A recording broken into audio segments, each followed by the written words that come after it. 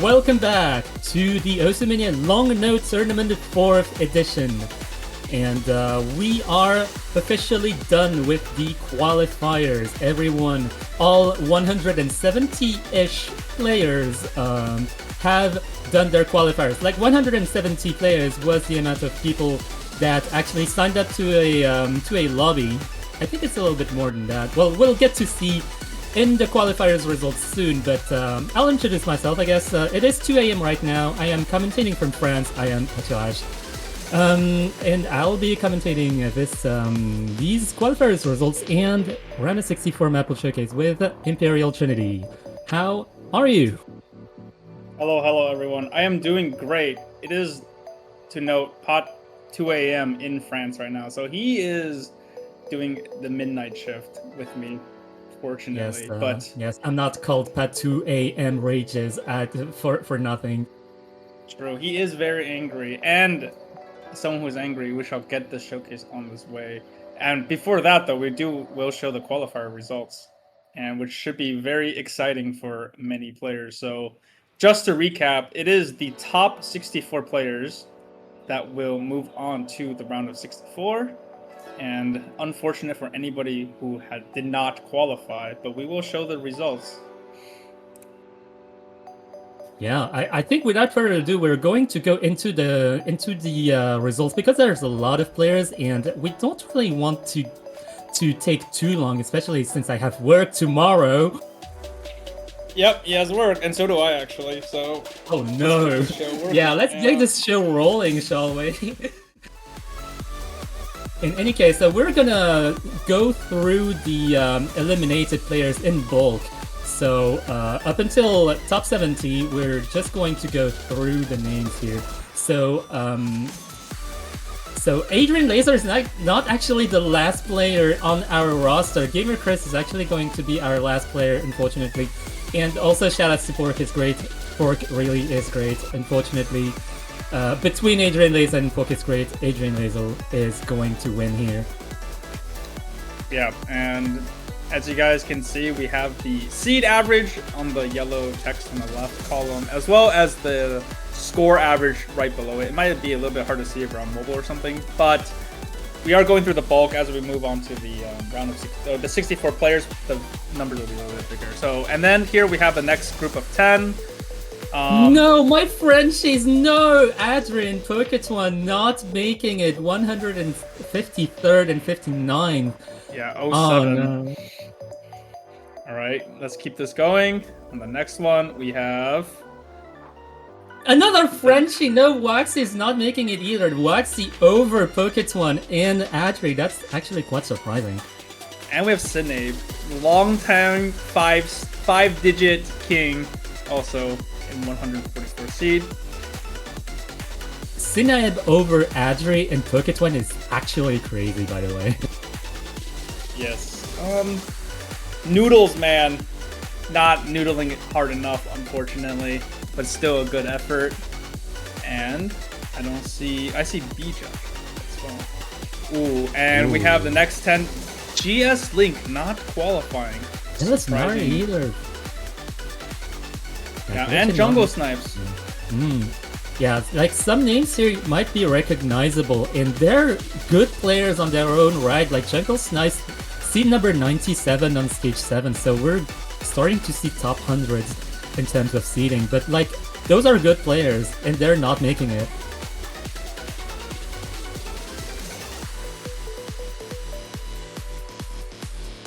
And another page of seedings. We see quite a bit of top hundreds here. We're starting to see some really good scores as well. Like, yeah, just starting to see some of those 900Ks on stage 7. Kind of just settles in the fact that people know how to play these maps. Yeah, this is a very hard group of players, though. Like, the top seeds have some insane scores and some insane top players in this entire tournament. So don't feel too bad if you did not qualify, especially if you're near the range, because you are putting up some very competitive scores. Just overall, not as lucky or as consistent. And Yeah, here nice. we have some scores. Still, like, we have an 85, you know, couple fairly competitive scores here. Yeah, no, like seat 78 on stage number 3 is 970k. Just settle that in. So number 66 has 976k on stage 3. That's from Foxy Ops. And we see some striking seedings here. Seat number 63 on stage 6, 968k. So that is a benchmark. Yeah, 07 Medkek. We'll see you in the next edition, hopefully. Sagarian also. Sagarian, a pretty seasoned tournament player, but not making it either. Jerem not making it with seed number 40 on stage 1. Seed number 40 is 983k. It is a really hard map to get good accuracy on. I feel like a lot of people didn't get like above 990k. Like seat number 31, Elon Musk. Elon Musk is not making it. 987k on stage number 1. Yeah, unfortunately, the back half of the qualifying pool just proven to be too much for a task at hand. And Sky too, although scoring relatively good averages on the later half, but suffering a little bit on the accuracy. No, Logan number 85 not making it either. Wait, seed number 8, Nappies 993k is not making it because they don't scale enough. Oh no, that's devastating. That is a very funny score though. At 86 with a top 10 score on stage 1. There's just no way, man. Okay, some other names on here. Is there any interesting seating we can base our bearings on? So seat number 57 on stage 6 is going to be 971k. Seat number 52 on stage number 7 is going to be 975k. That's a good score on like a 7-star density map. Yeah, but as you can see, most of the players here are actually very consistent almost throughout the entire thing. And as we move on to the next side, we're gonna see some individual players now. Yep, from this point, from 70 all the way to the first. So yeah, we're gonna have like individual showcases in their beauty. I hope you appreciate like the quality of the overlays. I think they look really beautiful. Like it's more readable than like the usual qualifiers results, I dare say. yeah, so still not qualifying, but we do have seed 70 and fairly consistent player. Actually doing better on the harder stages on stage 5 through 7 as opposed to some of their accuracy on the front half of the stages. But yeah, still a good effort. Yeah, Oliver Q, a seasoned MWC player, by the way, for Sweden. Seed number nice, 69. Oh, Paracosm getting the nice seed here, with the best seed on seed number 1. So pretty good accuracy, all things considered, on stage number 1. Yeah, just I believe Para for also MWC player for Ireland for the last edition. I believe they're pretty rusty from what I've heard, so it's just a bit unfortunate that they could not shake off all of the rust before the tournament. But still, very good effort. Yeah, remember that top 64 makes it out of the qualifiers, so we're not quite making it into the actual players of this tournament yet.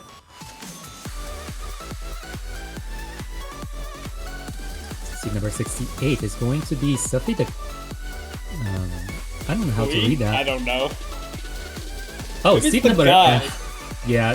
Yeah, I was gonna say the guy is like, wait, that's a C? I don't know. Why? But yeah, anyways, a pretty late game oriented kind of seeding results, especially like when you consider like the seed number 100 on stage number 1. It's probably what caused their demise here. Yeah, but accuracy and releases is going to be a pretty big portion of this tournament regardless. So, you know, it is justified that if you're not scoring well, maybe like a quarter of the pool might be challenging for them as well. Absolutely. Seed number 67. We're coming pretty close to seed number 64. So Haber Gamer, one of the wait, what flag is this? I think that's Mexico, but I could be mistaken. Yeah, I think that's like one of the Mexican players, yeah. So seed number 105 on stage number 3, so not quite getting the hang of LN density, and especially like fast coordination that early game density kind of demands. Does get some of those late game stages, like for example, what 970k on the Inkscape. Oh no, not 67, not the 67s in chat. Jesus Christ. 66, we have Shiro. I'm not gonna try the back. TSZ DX. Yeah, it's the DX in SDVX. I see. And we have a pretty balanced overall. Just a slight slip up on the late game, I would say. And it looks like a choke, maybe, or maybe just some accuracy deficiency on stage 2. That, you know, just that small bit that makes them not able to go over the edge of seed 64, but still a very solid showing. Yeah, as a reminder, like the first stages are like geared towards early game, and the late stages are geared towards late game. So that's where we base the specialties from now on. So I feel like there's a fair amount of players who are like late game oriented, and some of the players who are going to be qualifying, going to be early game oriented, and that's the players you want to look out for coming from seed 64. But we're not there yet. We have one remaining non-qualifying player. It's going to be Snowiz. Yeah, hailing from Korea with a very close margin. Very unfortunate. They have their mid games looks fairly impressive, seeding slightly above their actual seed, but then stage 1, 2, and 7 slightly behind, and probably just a bit of unfortunate circumstance that caused them to be on seed 65. But it is a good effort from them, and hopefully they will see this as a way to improve in the future. And then moving on, we will have our first qualifying member, seed 64. Yeah, seed 64 is gonna be Iran. So let's take a look at the seeding. Seed number 39 on stage number 3. So a good hold of LN jump stream. So a good grasp on early game, like fast coordination. So that's gonna be quite interesting, because we're going straight into like round 64 and round 32. So I feel like that's where they'll be really comfortable. Yeah, very, very impressive scores on the early game. You know, they hold their weight definitely on some of these coordination, accuracy. A little bit behind on the releases, and maybe slightly behind on late game. But they might skill boost throughout the tournament, as many players actually do as they play through the entirety of the tournament. Yeah, well, keep in mind they're facing seed number 1, so that might be a nil-fated matchup. Maybe they're gonna have a better chance in round 32, however. That's going on to seed number 63. Oh, okay, DA from the Philippines. Yeah, pretty average scores. Actually, just very solid scores. About average with what their seeding is. A slight slip up on the late game, but pretty solid showing and consistency throughout the early to mid game. Yeah, just a glance at the results just kind of reveals an all-rounded profile. Wonder if they're gonna make it to mid game though. Seed number 63 is a rough spot to be in, but we hope for the best for their round 64 and round 32. Past that, I think they could do very well. Yeah. Seed number 62 is going to be a flag I've never seen before, by the name of Ketif. So also all-rounded seedings. Yeah, I believe that is Lithuania. So probably one of the best Lithuanian players, judging by their rank. Or they play 7 key. I'm not entirely sure. But, impressive showing. They did qualify. Very solid scores throughout the entirety of the pool. Just an overall pretty good LN gamer. Yeah, like honestly, maybe a bias towards early game slightly, but that's coming to their advantage going into round 64 and round 32. I'm repeating myself here, but I feel like that's a very common profile towards like the low seeds. Oh, and speaking of early game profiles, we got Robert in, clocking it at seed number 61, actually qualifying with seed number 25 on Train of Thought. Really good result, and I feel like that seed number 25 on stage number 2 got them the qualifying result. Yes, I believe they did V1SS, their qualifier, with the 994, basically 994, which is, very impressive to have consistency on demand.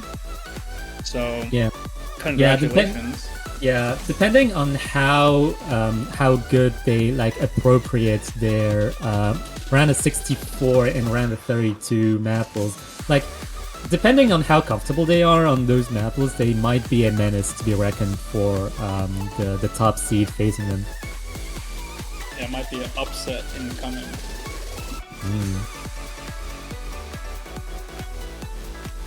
And we have seed 60, just Emilio. I believe that is Denmark, correct? I feel, yeah, that's Denmark. Yeah, that's definitely Denmark, and also some all-rounded results again. Yeah, no outlier scores in this case. Just solid scores throughout the entire qualifier pool. Yeah, honestly, really clean. Going into top 60, like seed number 59 is going to be Yosemite Gamer from Russia, I believe. I'm yes, trying to get Russia. My I'm trying to up my flag game here with those qualifiers results. Thank you very much. So a bit of late game oriented kind of result table here. Yeah, and we can also kind of look through the scores. Looks like they almost FC'd everything, if not everything, based off the score to the accuracy. No, which means that they're very consistent player for at least in the combo game of these maps. Yeah, combo game is pretty important, especially in discernment. And well, I feel like that might not come into play into early game, but combo game might be important for like some of those really chokeable picks. Definitely. And moving on to seed number 58, we have Poppy from Hong Kong. Very solid scores. Early game oriented, definitely, with that stage 1 and stage 2 being a cut above the rest, but still pretty solid showing throughout the later stages as well. Yeah, not necessarily getting the grasp of the more technical stages. Stages number 4 and 5, especially with those shields and like technicality involved in those maps, definitely trip them up more than other maps. Definitely, for sure. And we have now seed 57, that is the flag of Thailand. Pibu 2424, I believe. Looks like that is very interesting to see. Like that is very late game oriented, as we can see. Yeah. That's a very interesting score for that might even be just like a 1 miss on Inscape based off that score with that accuracy. And C27 on stage 7 with a very high accuracy, 984K. If they make it past the early game, they might be a force to be reckoned with, for sure. Yes, seed 57 is not a comfortable spot to be in especially in early game, but maybe, who knows, like we still have to reveal the actual map pools.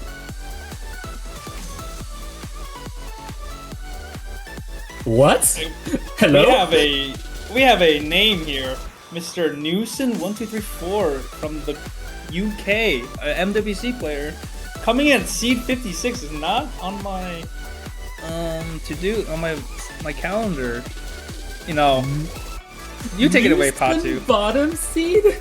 Newson bottom seed is insane to me. Like, Newson has been historically known as one of those, like, really good UK accuracy players, and that kind of shows in stage number 3. They definitely know how to handle, like, those straightforward snaps and density. Not necessarily getting the grasp of stage 1 or stage 2, but maybe no, they won miss stage 2. Yeah, they won yeah. I feel like that was a fluke. That was a choke. That was definitely a choke. So I feel like they could recover in round 64 and round 32. Actually, looking at all their scores to their accuracy, they like 1 or 2 missed every single map, which is just really unlucky.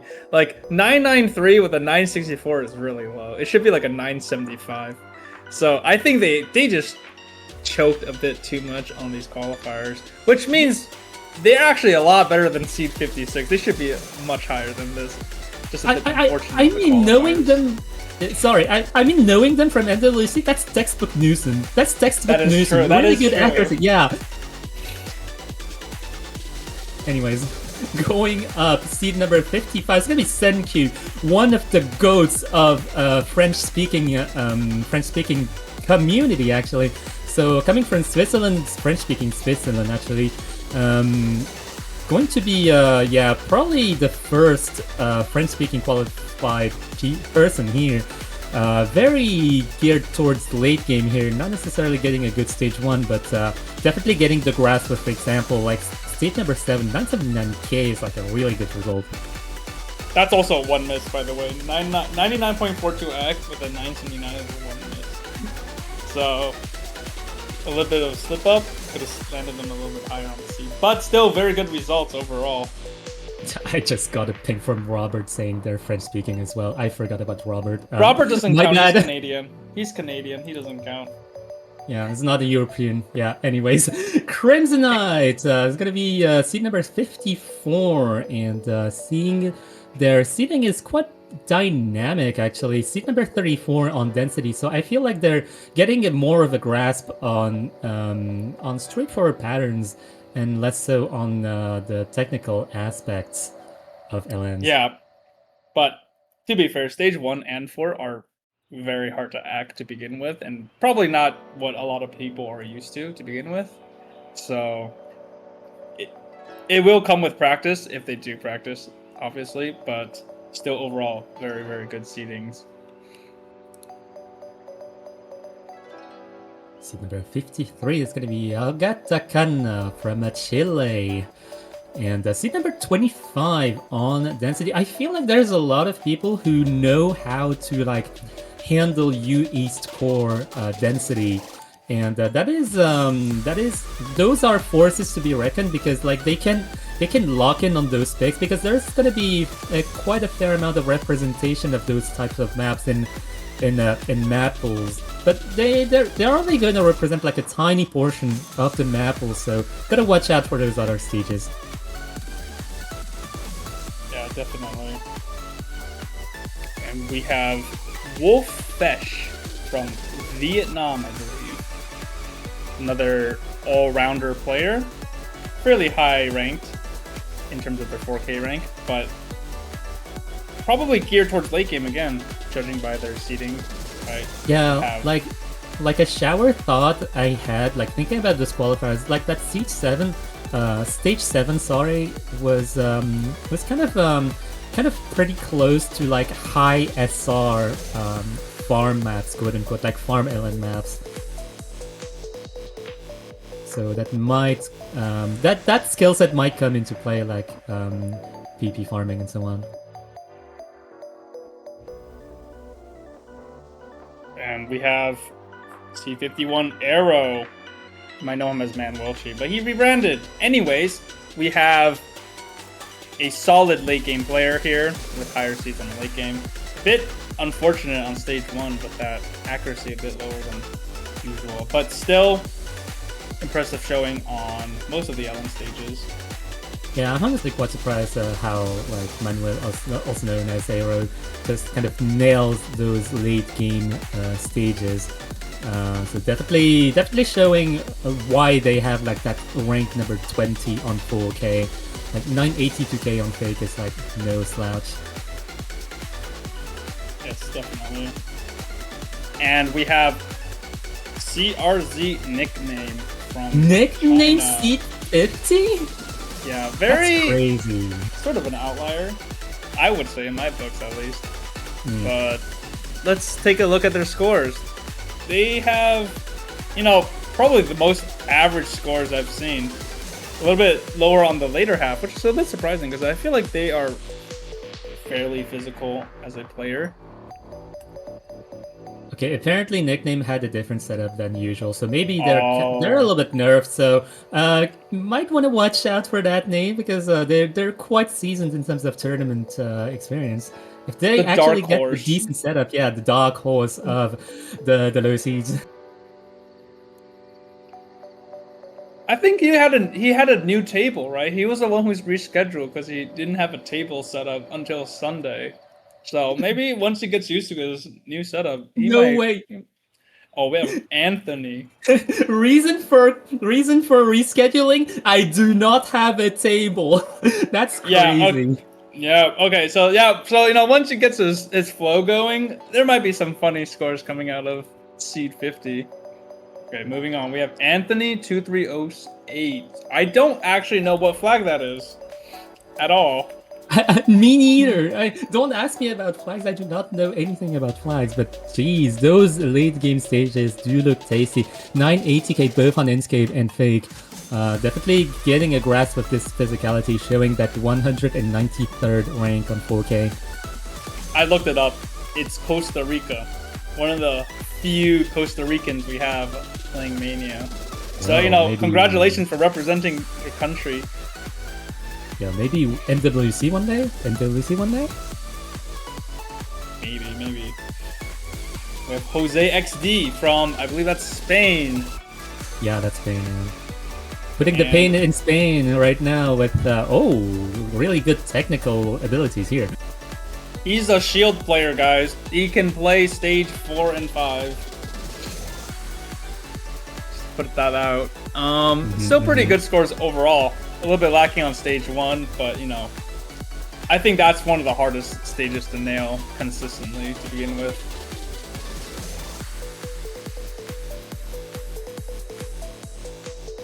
How do you even pronounce this? I think it's like Nikusume if you translate the numbers into letters. But okay. Oh, okay. I see it now. Thank you. Like Nikusume, yeah. So, late stages again, like late game oriented, like showing why they're ranked number 104K. Like once again, I feel like some of those high ranked 4K players do have their advantage on stage 6 and 7.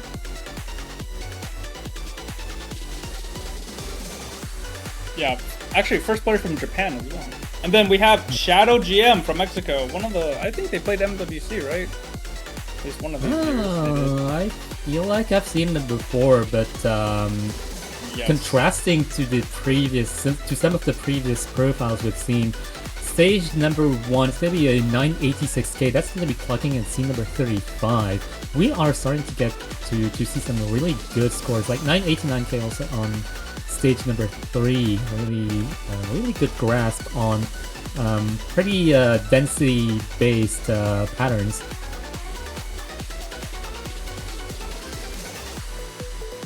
We have Gisel from Brazil, first Brazilian, making up on the list. See number 45 here. Very, very impressive late game stages actually, with on the 40s and 30s from stage 4 onward. A little bit lacking on the early game stages, which means that if they do survive the early game, they are going to be fairly competitive here. Yeah, like same type of profile we've seen from high-ranking 4K players.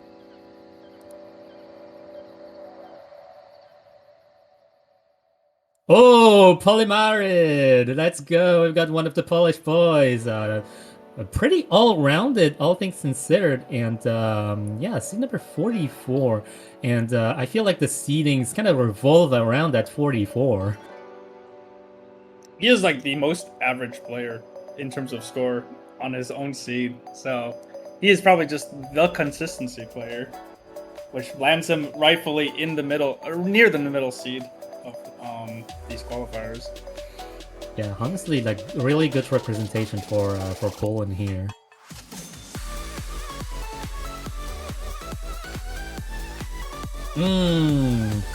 Max Tullini,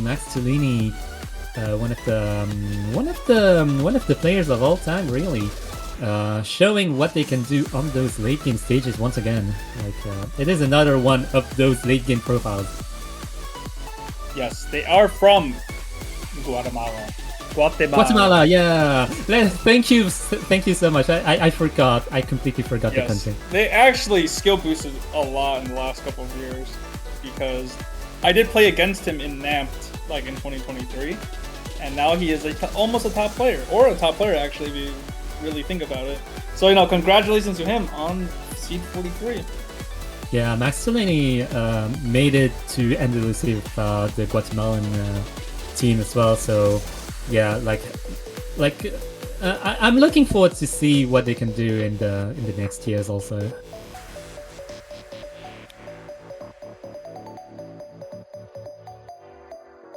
Leah Kim from Korea, South Korea, 17. seed 42. We have a very, very impressive seed 17 on stage 2, basically 995 actually. Which is, if you think about it, there are 16 people with a higher than a 995, which is a diabolic number. Crazy. So the thing about stage 2 is that we kind of envisioned stage 2 as being probably the easiest stage to hack, and that kind of shows in the seedings here. Yeah, if you don't one miss choke on that map, the accuracies go off the charts on that map. Just crazy to think about. Yeah, stage 2 was essentially like the ratio map for some amount of people, yeah. Oh no! Wait, okay, that's seed number 41? Mr. Zubin4, another UK MWC player, landing in the middle spot of our seeding. And he is, by the looks of it, pretty good on the early game. But a little bit worse off on... Actually, I think it's literally just stage 3 that he suffered the most in terms of his seed to performance, with everything else being a cut above at around the 30 marks on the late game especially. Yeah, I feel like that was just a dud coming from Zubin on that stage 3 in particular. Maybe the pattern was not to their taste, which is understandable. And I mean, Zubin does have like very particular skill sets, as we could see in MWC as well.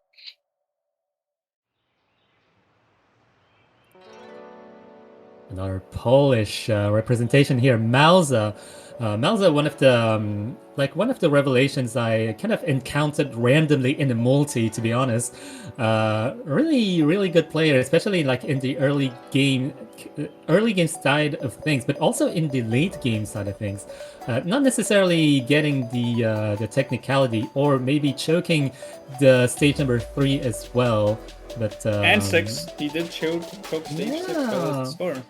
So very volatile results, all things considered. So maybe not the most consistent player, but definitely a good player. Yes, definitely, for sure.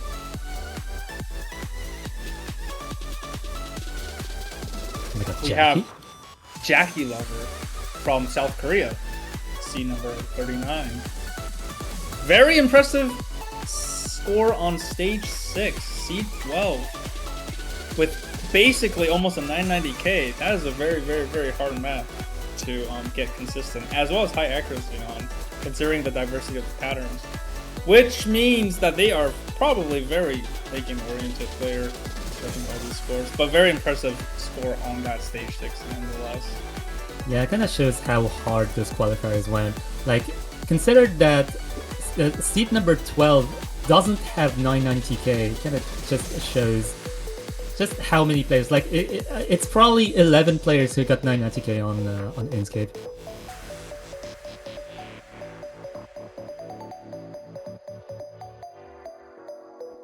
And we have Young. Young Hong 187 from the country of Malaysia, seed number 38.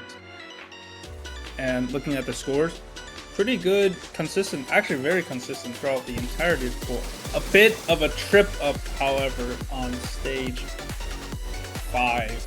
The late game coordination jack map with a very unfortunate 76. I think if they did well on that, they would have been like seed 20 or something like that. Yeah, I feel like it was a dud on that particular type of map, like timing hells or like shield heavy coordination plays were not up to their alley. But that might be their downfall, like coming into late game. But I feel like they're gonna be pretty comfortable in early game, depending on their matchup in round 64 and round 32. Also, shoutouts to like the MWC roster. Yeah, they are part of that MWC roster. We have another Mexican player qualifying, Senzawa, C37, with a, actually this is a very average score, 40s across the board, with a couple highlights on stage 4 and stage 7, scoring just cut above their mark. So, you know, very impressive, very consistent player. I think they might have almost FC'd every map, actually, looking at their scores. Maybe just a slight slip up, but still. Yeah, I feel like coming into coming into the 30s, we're gonna start to see like all around full combos, and maybe some players are gonna have some chokes here and there. Like that happens on really hard to nail qualifiers. That just happens to everyone. That even happened to the likes of Muka or other people, really. But yeah, really all-rounded player. Like as you can tell by the scores. Yeah, very impressive indeed. And we have another Polish player, Buck, C36, nearing the halfway mark of the seeded players. And actually, they're probably even more well-rounded, judging by they have 4 stages within one value apart from each other in the actual stage seeding. Yeah, like shoutouts to that 993K on stage number 2. I feel like that's like one of the highlights of their qualifiers, but all things considered, very solid trains. Yes, very solid indeed. And we have our second Chinese qualifying player, very sour, C35. I am unfamiliar with this name actually, but they have, you know, very good scores actually throughout most of the stages. But again, we see a discrepancy on stage 5 again on the jack map below their actual seed value, which dropped their seed by, you know, maybe a couple numbers. Yeah, like it is unfortunately a very sour spot on stage number 5. Yes, but still very good and impressive score on everything else. Yeah, all things considered, we're coming close to like the halfway point of the qualifying players. 32 is the mark you want to look out for. So coming into seed number 34, it's gonna be Dog Hechiser, also from Mexico, and one of the I feel like one of the late game, I don't want to say late game oriented players because they do have a really decent like train of thought results and also early game density on stage 3. Not necessarily getting the hang of stage 1 because like stage 1 is a pretty uncommon skill set to be training for because they're not really represented in tournaments anymore. Yeah, I think they're like your one of the best like mid-game players, like mid-game consistency accuracy players, from what I remember at least. They when they played in the North American tournament, they were very solid on most of the mid-game pools, from what I remember. So they are like very, very, very consistent players. So actually, judging by their seeding, 34, they're going up against what, 28 or something like that. So that's gonna be like easy upset territory. So you better watch out, whoever seed 28 is. Yeah, honestly, like I'm looking forward to some of those matchups. Like they're gonna be really close. Like even starting into round of 64 and round 32, I feel like some of those matchups are gonna be really hairy. Also considering what we know about the Mapples themselves.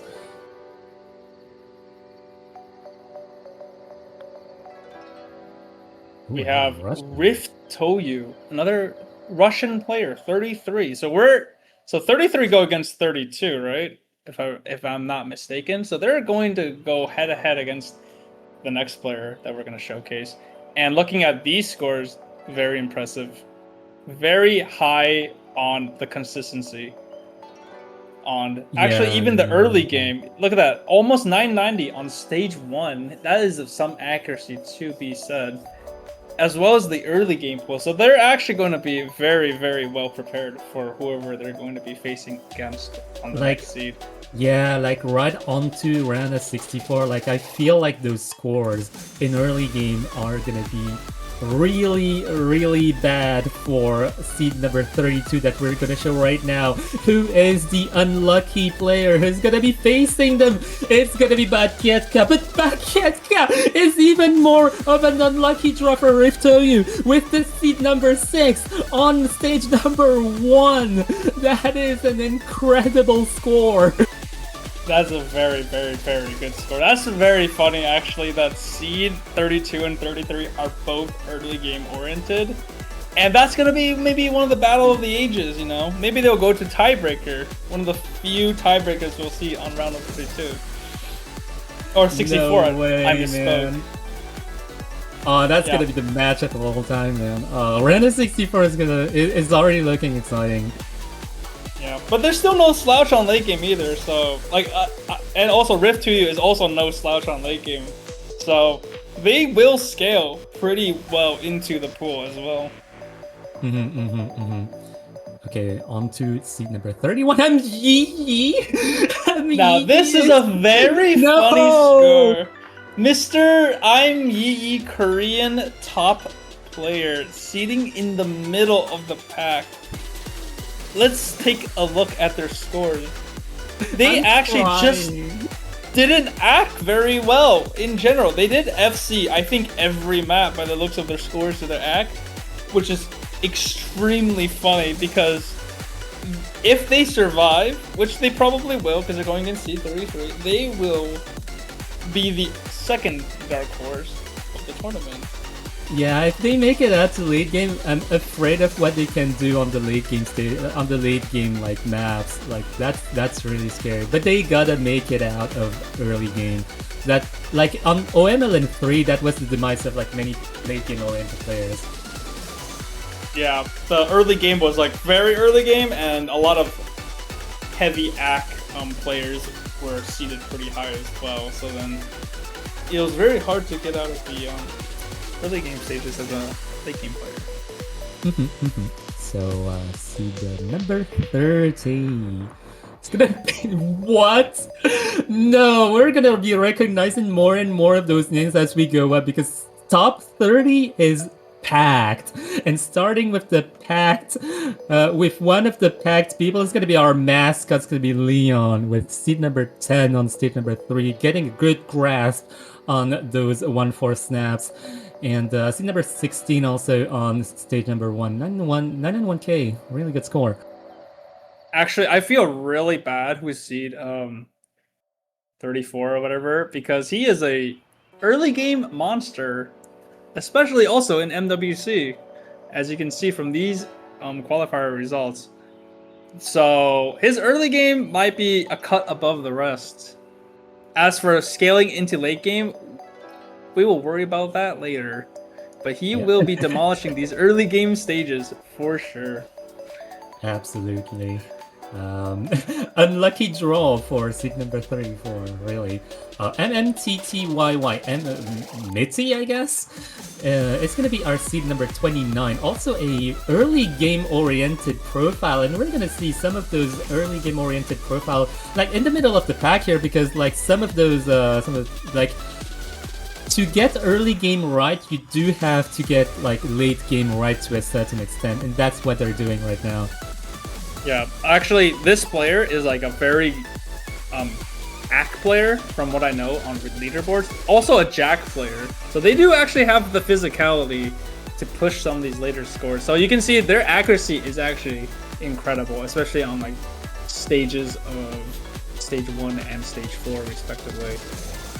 Yeah, keep in mind that stage number 4, seed number 14 has 990k, so there's only like 14 people. Yeah, there's probably only 14 people who got 990k on stage number 4, so it was definitely really challenging to back.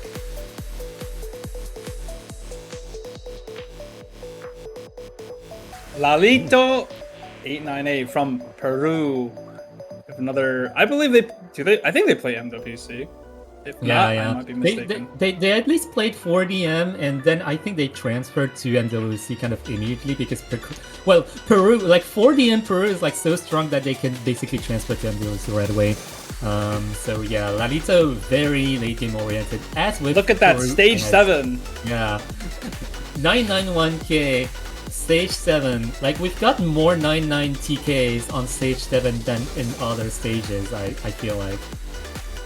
Yeah, very late game oriented. Those late game stage scores are very, very high, but they're still not bad on early game because, you know, they're still C28. And they still have like 990ks throughout the board. Just a bit unfortunate on some of these. At least stage 4, I guess. Stage 1 and stage 4, a little bit below par, but still, you know, respectable in their own degree. Another very recognizable names. Another recognizable name in the tournament scene is gonna be Unitori. Unitori has not rusted in terms of getting good accuracies, like especially on stage number 3. Like I feel like stage number 3 for some people was basically one of the easiest maps to get good accuracy on, and that's a common theme we're gonna start seeing throughout the top 25 seedings. Also very good accuracy on stage number 2. Yeah. And pretty all-rounded. I wouldn't say not necessarily late game oriented results, but still decent. Yeah, very, very tournament oriented player. Also, shout outs to Bahrain. You know, one of the few Middle Eastern countries that actually play Mania, or, you know, top player from those regions. But they play in a lot of tournaments, and they always almost seed or play quite consistently and on very high levels. So it's good to see that they are qualifying for this tournament. Yeah, shout out to Unitori. Love Unitori. Yeah! We do have, that's Indonesia, right? Yeah, that's Indonesia, yeah. Okay. Stage number 2 and stage number 5, definitely some of the highlights of their showings here. 994, almost 995k on stage number 2, definitely getting a grasp of early game accuracy, so definitely a force to be reckoned in the seed number, in round 64 and round 32, but also a force to be reckoned in late game. So overall, I would say all-rounded profile with their own like subtleties, specialties. Yeah, fairly consistent player, as probably everybody in this top 30 is going to be very consistent, or else they wouldn't have been here in the first place. On to top 25, finally. Top 25 is going to be some of the best players in the world. And speaking of best players in the world, we've got Dark Mewtwo who popped off in their lobby qualifier. Like, the sickness boost got them to seed 25, and I find that actually incredible. They beat some of the best players in the world, and I'm so proud of France right now. Yeah, another pretty well-known player, at least to me. I know Dark Mew myself. Very consistent player. Pretty, I would say, half early game, but they still hold their ground in their late game. They're no slouch in terms of that physicality. Yeah, so I feel like overall they should be one of the most reckoned early game player, but that seed 19 on stage 7 is definitely a highlight of their qualifiers. I feel like they surprised themselves here.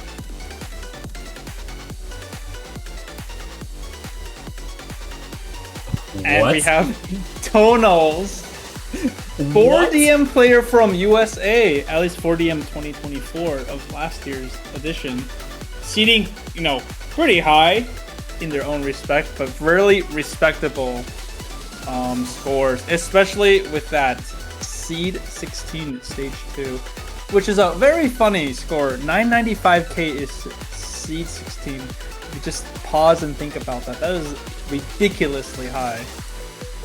Yeah, just kind of rub your chin and think about it. It's just there are many scores to come, especially like in top 20. But yeah, it's a really funny happenstance that Toenails and Dogmute are next to each other in seating. Well, it's good that they don't have to face each other, or else it'll be a little bit awkward. Ooh, another recognizable name.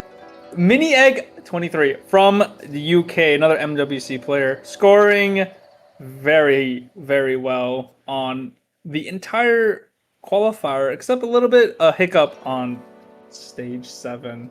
But they are very, very consistent throughout the entire pool. Very comfortable on most of these maps. And I just want to say that having a 994 on stage 2, but it's just C26 is kind of funny. I don't know what else to say. Like, that's a very good score, but not good enough apparently. Yeah, like being part of the MWC UK roster, they're definitely like one of the sharpshooters, like one of the accuracy sharpshooters of the roster. And like that stage 7 might just be a small hiccup. They should be fine with the late game if they train a bit. For sure. But they will be a menace in early game for sure. And we have Matcha Latte from Thailand, C22. I think pretty well-known player from Thailand. So yeah, those are really have funny meetings. Like 17 both on stage 1 and stage 6. Yeah, but look at these scores. So consistent. 9956 is their lowest accuracy. And they have 9956 and 9957 on 3 stages. That is unbelievable if you think about it. They are so consistent. Yeah, 99.65% accuracy yields you a seed number 49 on stage 3. Congratulations.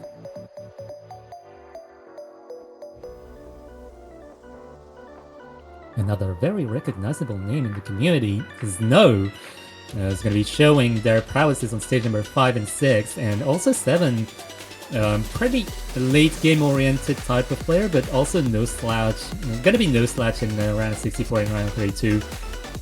Getting around 990k on the early game stages. Yeah, looks like they have 1 miss, maybe, on stage 4. That's very close. Actually, I cannot tell. Actually, no, that might be on for par. But I think they are a very consistent player from what I know. And I will not be surprised if they FC'd every map in the qualifiers and with the following pools as well. Yeah, really looking forward to seeing them make it to late game, because like late game they're probably going to be a force to be reckoned. For sure. Speaking of force to be reckoned, hello? This year is gonna be Nad, the GOAT, coming out of the SSR Grand Finals. Gonna be seeding seed number 20. Yeah, now that is comical, honestly.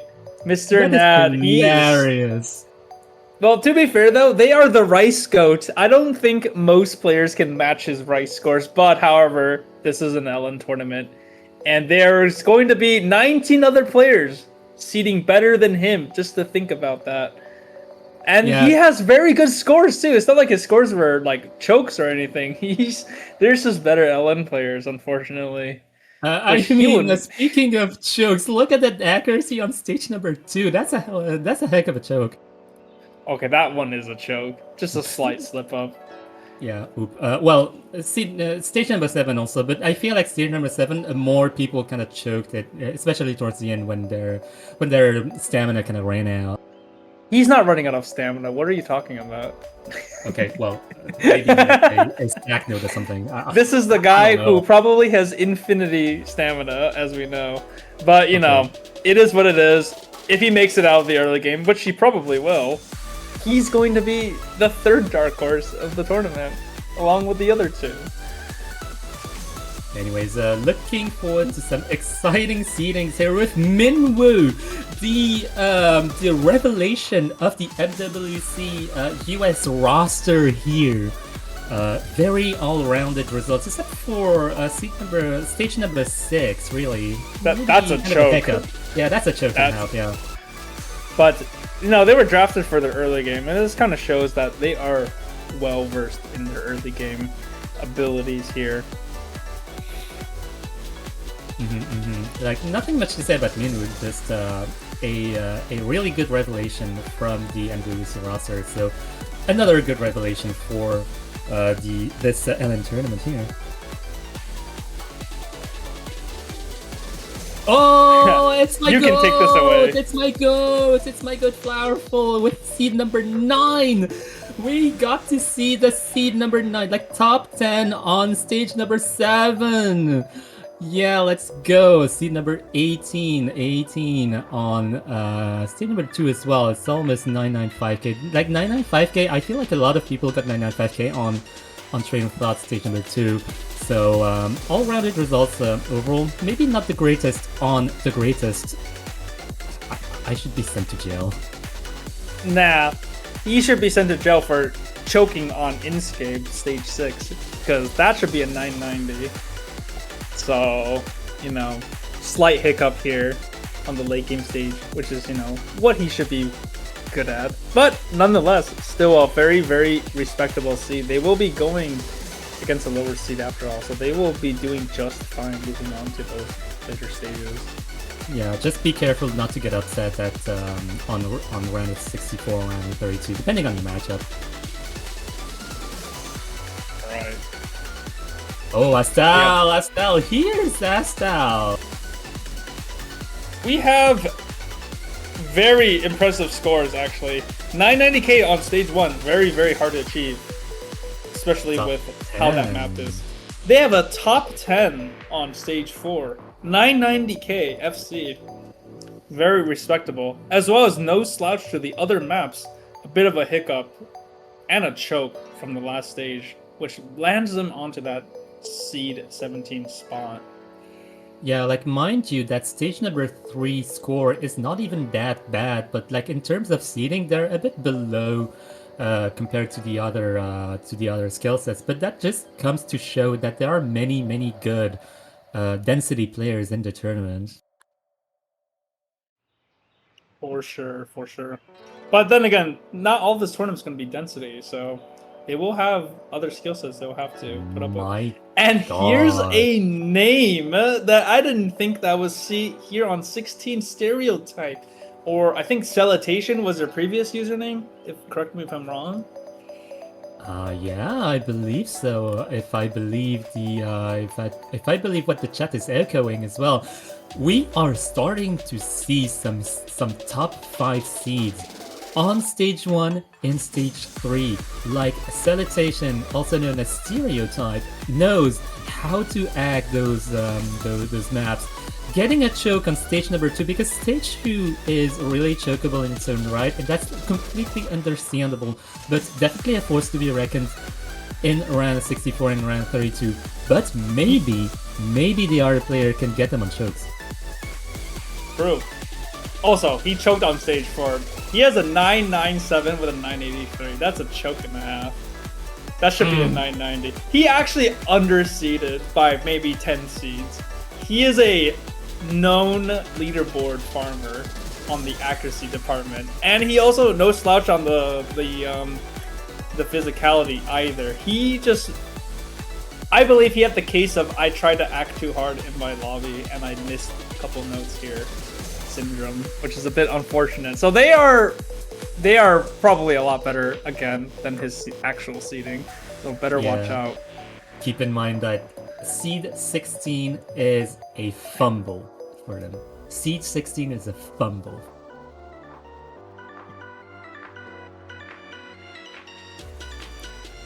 Oh my That's funny. that's really funny, actually. Ray with well, let's see. We're not gonna talk about stage one too much. Well, people have been tournament filled so much over the past years that they forgot how to release, and that I feel that's a common theme for like really seasoned tournament players like Ray is. He's also one of the Indonesian GOATs, with one of the best scores I've seen in tournament from coming from Indonesia. And putting him on seed 15 is kind of unexpected, to say the least. But they're still very solid throughout all of the map pool. So also watch out for him. Yeah, really scary profile. But maybe people can get him on one or the other picks in round 64 and round 32. I feel like I feel like Indonesia and Andalusia has historically been like upset in early game, and I feel like Ray is one of those people that could be upset in early game, so watch out. Yes, do watch out.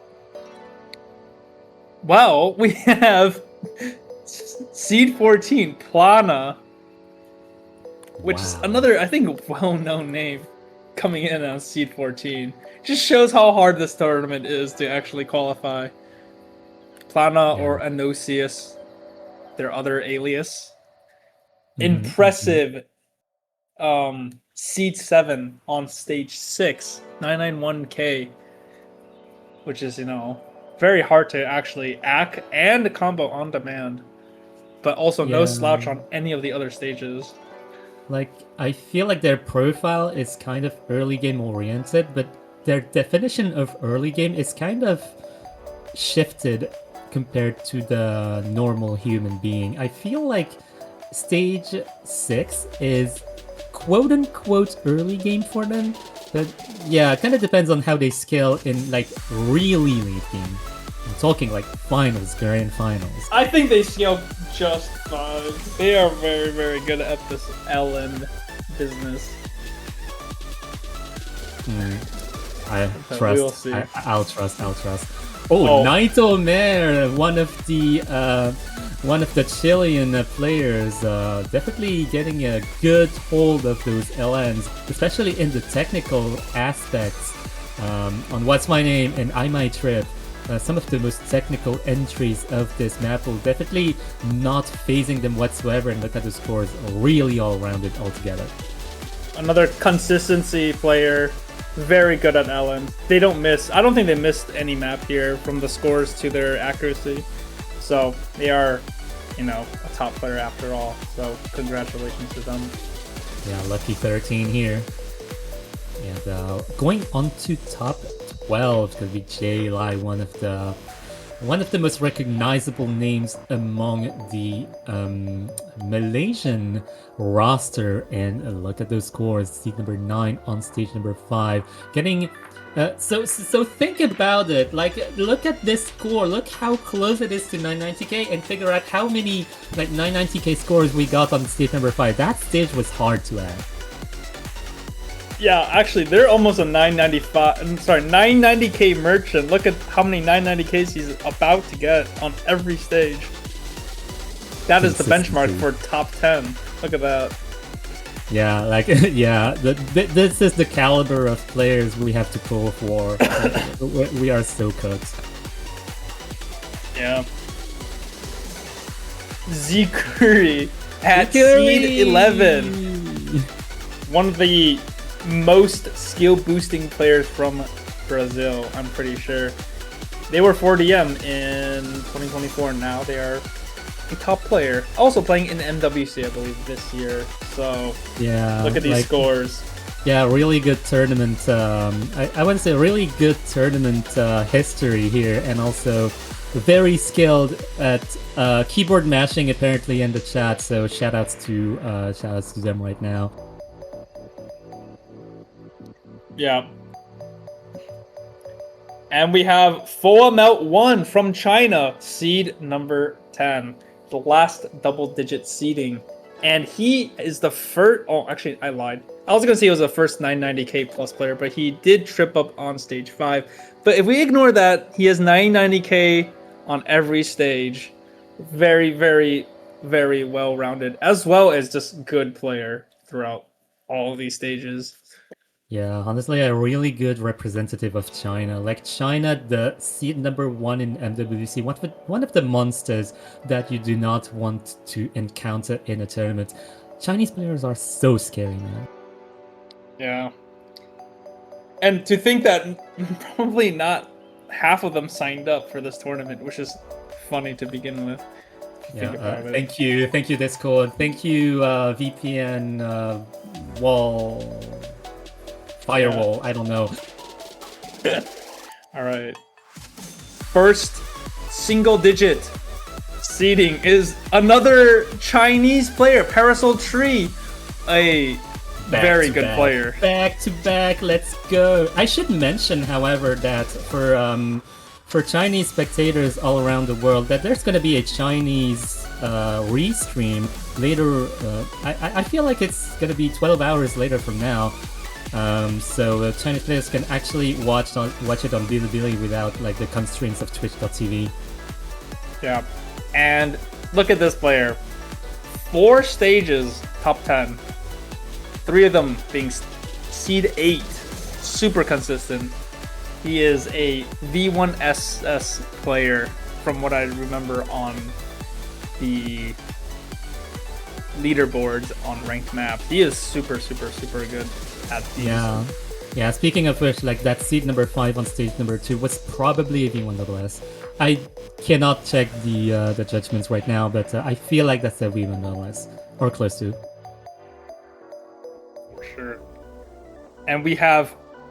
That's funny. Oh, they're loaded. Nice. Oh, we have hello. Spanner Dude or Ting Momentum coming from UK, seed 8. And what do you mean? It's not Ting. It's Squiddy. True, it's Squiddy.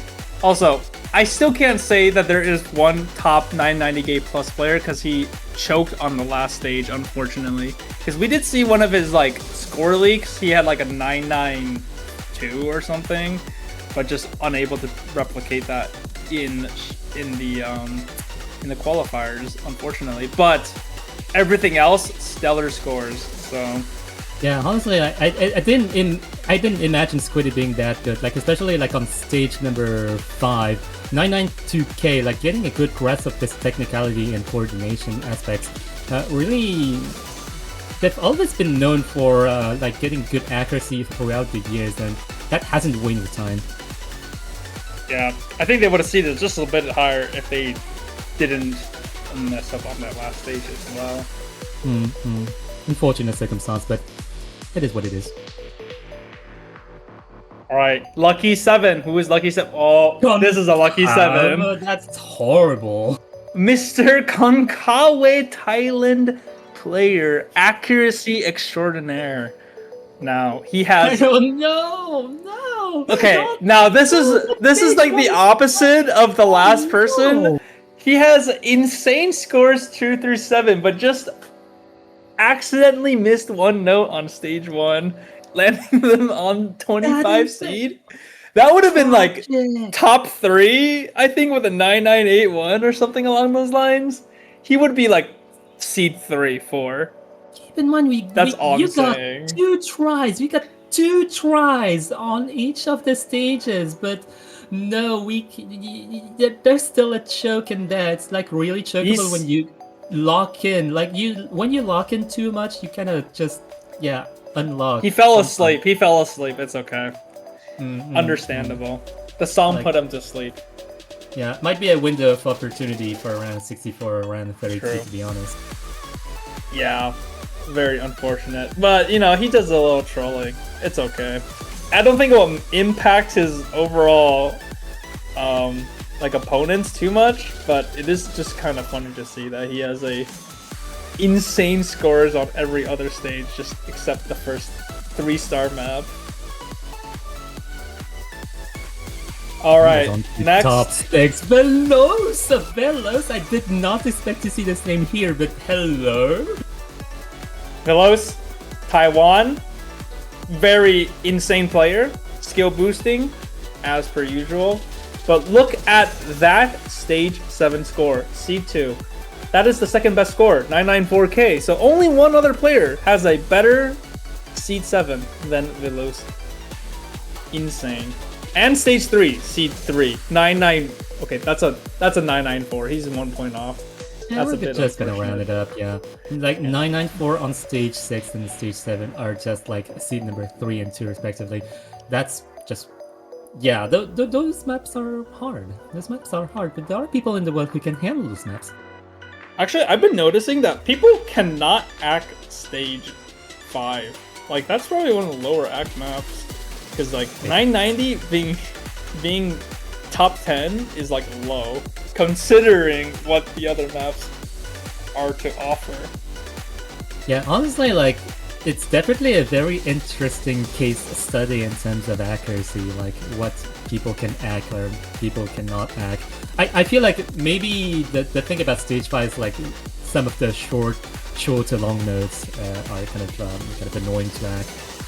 But anyways, Yeah, onto top 5, the final 5, and what final 5 are we gonna get? Oh, my God! Top 5 is Peach Mara, one of the carries of the MWC roster from the United States. Can they stop not 990ing every map? Because I've been trying to say this, but there's always been one stage under that, and it's always a different map as well, which is just so funny. Look, the qualifiers are hard. Yeah, they're good at the game. I don't care. They have the second best stage 4 at 995. Basically, I'm rounding up. That's a very impressive accuracy. And also, look at that stage 1, 995, seed 3 on stage 1. That is the accuracy you need. Yeah, 995K on stage 4 is absurd. I did not map stage 4 envisioning that it could even be act. Like some of the snaps, like especially some of the release snaps in there are like pretty unpolished to be honest, but I feel like that's part of the volatility of the pick. Yeah. We are not dealing with humans after this, or these individuals, I should say, and none other than our seed 4 player, who is going to be. Now, okay, I think we know who 321 is, maybe, but Poca being 4. Now he has the second best stage 1, which is funny because he is one of the best act players known to man on this game called Osumania 4-key. That's a 9956, by the way. That stage 3 seed is so funny. 993.5 is not a bad score, but it's worse than 13 other people. Yeah. He might have... I don't even want to... I'm putting air quotes, you can't see it. He might have choked, as in he rushed some 300s, or whatever they want to call it. That's insane. Yeah, that is insane. He is actually probably the first player that has every 990 plus score here. 992 being the lowest. 6666 on the bottom 4 stages. Hyper consistency, as we can see here. Yeah, I feel like Poca is definitely going to be the devil of the top seeds. Alright. Top 3 podiums. Mr. Podium seeding. We have whoa, the legend. The legend. 4-key GOAT of Chile and worldwide, Mr. Bucci here. Look at these scores. By the way, 4K rank matching the seed. Yeah, accurate. Mr. 3-3 and seed 3 on stage 2, stage 4. Look at that. Yeah, really incarnating the nice nature from Uma Musume. Get that seed number 3. Yeah, and you know, I don't think I need to speak too much, but impressive scores, obviously, coming from Mr. Yuko over here, with 2 C2s on I Might Trip and Inscape late game picks, with a 995 as the benchmark for C2 is insane. Yeah, like 993.5 getting seed 10 on stage 1 is kind of speaking of the fact that score progressions are not quite linear across the stages. Bro, I know who the top 2 are. I think you know who number 1 is, but can you guess who number 2 is? Do you have a guess? I do not actually remember. I'll give you a hint. It's from a Southeast Asian country. I mean, that's easy to guess, to be honest. Like, many top players come from there. It is actually Pavin, I would say. You are correct. It is Pavin coming from Thailand with seed 2. Which is actually really funny, because if you look at these scores, that means one person got seed 1 on every single map, which is seed 1. Oh, yeah. Well, let's just get to it. Honestly, Wow, look at this. I don't even have anything to say about this. There's this guy. Yeah, There's this guy. We can talk Yeah. about this guy all we want, but we have Mr. Nepigen here. 1-1-1-1-1-1-1-1-1. Seed 1. I mean, just take a screenshot of this. I don't even have anything else to say. Yeah. Let's just pick them after showcase. This is no disrespect to Pavin. He put up, the second best scores on everything. So it's just that Nepigen is a little bit he really wants to win. Let's just put it that way. Yeah, no, like 998k, like even getting a single 998k on some of those LN maps is like inhuman. Absolutely inhuman. Disgusting. Alright. So that is our seedings for our qualifiers. And right in a moment, we will get into the showcase for our round of 64 map pool.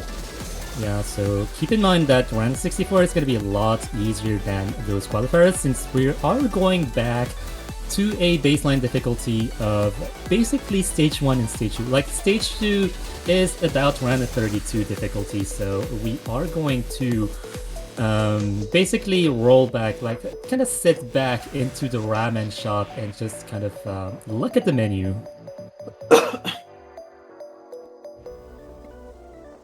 But anyways, waiting for the setup right now. I just want to say, like, thank you all for like attending this this showcase right now, and like those qualifier results so far. And I hope you like the presentation that this has underwent. So like there's been a fair amount of production, as you can tell, behind the scenes, and the way this looks right now has been the work of like several years of work behind the scenes. Like, shout outs to Polytetral, who has been hosting this for many years, and yeah, we'll get to see some more credits as we go throughout the tournament and also on the Discord. Yeah, emphasis on the years. Yeah, some of those maps are like 2 years old at this point, to be honest. Yes, but it is. Yeah, I was gonna say, it's been a journey. Let's put it that way. It's been a journey. Absolute journey. And speaking of journey, we are going to start the showcase with a classic, and I dare say this might be quote unquote a reuse, but it is with a significant twist.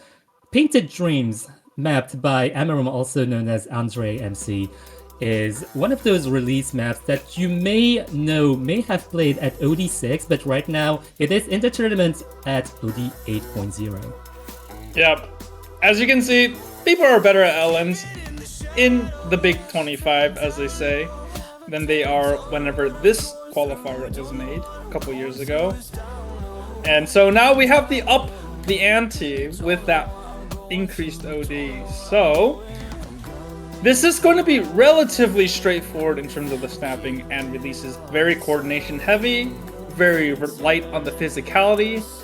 Long notes are, long as they should be. So accuracy is key in this chart. Yeah, some of those releases are pretty volatile and are pretty flow-based, and I feel like Painted Dreams is like one of those maps that really inspire like flow-based releases and have inspired many people to kind of map flow-based release maps. Yeah, and again, this map, the density is, non-existent really, to say the least. So is another mental concentration, but this is only about 2 minutes and 20 seconds, so fairly short, fairly precise to the mark here. But that just means that less notes come with, each 200 or each miss you get is that much more damage to your overall score. So players need to just lock in and be ready for this quick 2-minute pick. Yeah, absolutely. At 131 BPM also, like some of those releases are definitely very subtle to get, especially at OD 8.0. So definitely gotta lock into those snaps. Like those snaps are not too unstraightforward. If that's even English, to be honest, it's 3:30 AM. Give me a break. Yeah, it is late for a Fatu, and we're just getting on with the showcase, unfortunately. But it's okay. We'll coast through this one. And just like that, we have our first map, our coordination pick, Coordination 1. So moving on, we have Coordination 2. And that is none other than another old map. Another classic, yeah. You guys might know Raymay, map by Durgo for Alligator, or whatever other names or aliases he may have. But again, this is increased OD to OD8. I believe the normal OD was like 7 or 7.5, and now we have it at OD8. So this is another very straightforward map. I would say very easy to, or comfortable, so to speak, to play.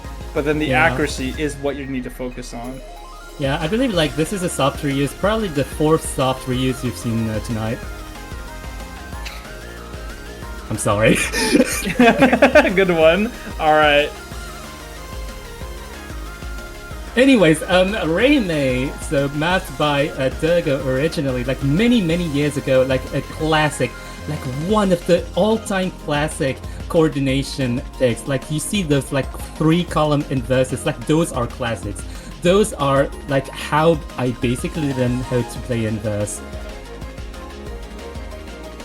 Yeah, so this is like your bread and butter coordination, right? Very, very standard patterning. I wouldn't say there's anything too outliery about this map, but it is just a good contrast. A little bit of, I'm not gonna say density, but a little bit more full on the visual aspect of parts with like multiple LNs overlapping, to say. Yeah, honestly, like I'm not even sure what to say about this classic. Like I feel like a lot of people, like especially like the old-time tournament players, know this spec, but they don't really know this spec at OD 8.0. I feel like the original is, I believe, OD 7. I think it's 7. Yeah. Yes, yeah, I think it's 7.0, and I think like 7.0 is like very forgiving in terms of accuracy, but here at ODC 8.0 you have to lock in. You have to absolutely lock into like beat your opponent here, especially with some of those like 1/6 bursts and some of those mini jacks as well, followed by some mini LMs here that you still have to add, by the way. Yes.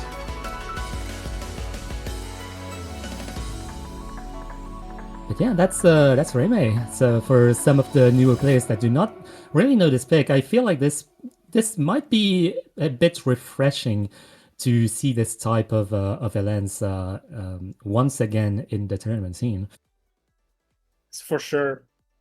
And then moving on, we have Coordination 3. I believe this is our last coordination map of so it's Phony by Mysterian. So I think this has been in the past as well, used in the past.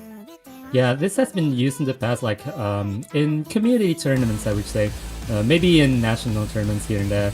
But this is more gonna be modern coordination rather. So if your point of reference for coordination is I would say MWC or other like modern tournaments, modern conventional tournaments. Like this is your bread and butter. This is basically like pretty conventional coordination. Also add a conventional OD 7.5. Yeah. So I would say this map does feature one aspect that the other maps might not have, is a little bit more staggered releases, or less releasing to thin air, as some people may say it, which makes it a little bit more challenging on the pure release aspect of the map. But there's still a lot of coordination release elements to this map, which with the slightly lowered OD at 7.5 gives it, some form of comfort in terms of the pick. Yeah, absolutely. Like I feel like the most polarizing aspect about that map that would make people want to protect or ban this map would be like the kind of volatile releases, like the overlaps here and there. Some of the mini jacks also are pretty chokeable here and there, and also consider that the pick is 3 minutes long. So yeah, 3 minutes long does kind of settle in this aspect of consistency in this RO64 pick compared to the two other picks, which are relatively shorter, I would say. Yes. And I would say there's probably not too much more to add. None of these picks in the RO64, I would say, would be that physical for, most, if not all, players. But there is that aspect of mental stamina, obviously, to add to that. So this is 3 minutes, right? A little bit longer than the other two picks. So longer map means more likely to choke, so on and so forth. Yeah, so some of those graces in these breaks are also potentially chokeable. I feel like some of the especially like late game players are gonna potentially like choke on those like braid sections, and I feel like structure-wise in terms of Mappool, we have organized our Mappool in 4 different categories: coordination, tech, wildcard, and density. So the coordination maps are always going to be the least physical maps of the Mappool. Going into technical, they're going to be a tiny bit more physical just for the sake of throwing in some wrenches for the players, but they're not going to be much more physical than the coordination maps. But going into the wildcard and the density, they're going to be quite a bit more physical. Yes, that is going to be correct. So moving on, we do have I believe our first tech map, TE1. That's going to be our first custom map of the round of 64. It's going to be provided by none other by Anathorax. When Anathorax was still mapping, that was probably maybe 1.5 years ago, I want to say. At least 1 year ago. 1 years, plural, ago. Yes. But early game tech is always in a weird spot because it's usually like, I would say, combination of somewhere between technicality, density, etc. Right? So I would say there's a little bit more unorthodox snaps, right? Somewhere with the jazz, somewhat with the jazz elements, maybe some 1/6 snaps, something a little bit less straightforward, as you guys can see here in this map. That makes it so on and so forth technical and a little bit harder to act maybe. But this map is, I would say, very flowy, very smooth to play, which accompanies with the music, and a lot of people might just be jamming to the song to begin with. Yeah, absolutely. Like at OD 7.5, it's like pretty comfortable to act. Like even with those staggered releases here and there, like the patterning is fairly more dense than the coordination category. I would say that like it's pretty volatile, but at the same time it isn't. Yeah, I would say like if you're missing, it's probably just like you misread something and not so much on like finger control or you're trying to act too hard, for instance. Yeah, so, I want to say like as a quote unquote playtester. Well, I'm a pooler, so I also kind of playtest, especially early game. This pick is really like it's probably going to be the lightest entry in the technical category. So it is very light on physicality, but it is fairly hard to kind of nail the finesse required to get good accuracy on. So if you kind of like lock in and try to like aim for a good accuracy, you might get some chokes here and there because you focus too much on the volatility of the pick itself. Yeah, that is it for our first technical pick. And then moving on, we have our second technical pick, TE2, which is going to be the Earth, mapped by me, actually. Which, yeah, I'm gonna let you explain what you did on this map. well, it's an edit of what I've done in the past. So I mapped this a long time ago, like 2022 or something. I don't remember. I made a few changes, so it's a little bit more quote-unquote modern or more friendly to play. But the song itself, obviously hasn't changed. Is a little bit not as friendly because it is, I believe, the song is made in 5/4 time signature, which makes it fairly hard, very unorthodox to time in your head because you need to count in 5/4 time, which when you're playing it is not so bad, but the downbeats and the accents are just, slightly off from the norm. And this map, to contrast the last one, has the introduction of some shields, as you guys can see in the prevalence. Very one-handed things and shields accompanying with those patterns, which makes this, it's straightforward in the snap aspect, but in the musical aspect, it's a little bit more challenging and a little bit less forgiving in that sense. Yeah, you'll get to know, like, from our Mappool structure that some of our maps are going to be shield reliant, just because historically shields have been a great part of LN history. Like they do require a fair amount of like coordination and control to get right, and like this pick is like not an exception. It has also been the case in mLN4 with the likes of Clematis, my own map. Yeah, and I would say this map is, if you can get into the flow state, is pretty, quote-unquote autopilotable, because it is, after all, mostly, except this ending section, 1/4 snaps. There's a little bit of 1/8 here on these ending bursts, but besides that, it is a short pick, fairly easy to lock in. Yeah, absolutely. Barely 2 minutes in.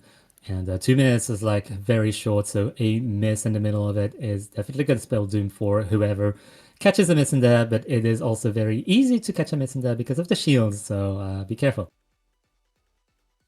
Yeah, and then moving on, we do have our... Actually, I don't remember. Is there 3 PE picks, or is it 2? Yeah, it's like tech number 3. It's gonna be tech number 3. Oh, yes. It is. No, not the background. Not this background. Not this is background, going to... bro. Yes, this is going to be our third technical pick. Thermodynamics, map by The Funk. And I will say this map is... There's shields in here as well, but it's a bit more burst-oriented, less consistency in terms of the snapping. And some of these more unconventional burst patterns that might catch some people off guard, especially in the AC or combo department. So you better watch out. But this is, I would say, probably the more volatile of a pick than the last two. So yeah, maybe something to bring up. Yeah, I feel like if you compare it to stage number 4, it's definitely like coming close, especially like in the dump department and also in the kind of shields here and there. But also the OD is lower than the rest of the picks to kind of compensate for that.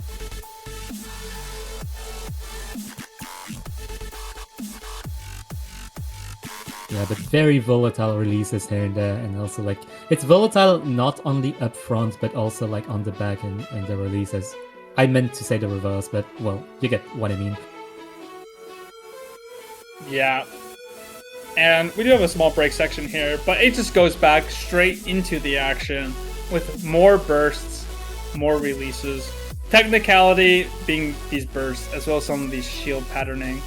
However, this is at a slightly lower OD of OD7, so it's a little bit more forgiving in that sense. But as you guys saw in those qualifier scores, most of these people will be acting the heck out of these maps anyways, so... Yeah, absolutely. It is a fair amount easier than What's My Name. That's definitely for sure. Like What's My Name is like very, very unforgiving, very non-stop onslaught. Like this is a kind of start and stop in terms of approach. So definitely kind of more like what you see is what you get rather than just Wild West. Yes. So another pretty short pick, I would say on the shorter half of the things, clocking in just 2 minutes and a half.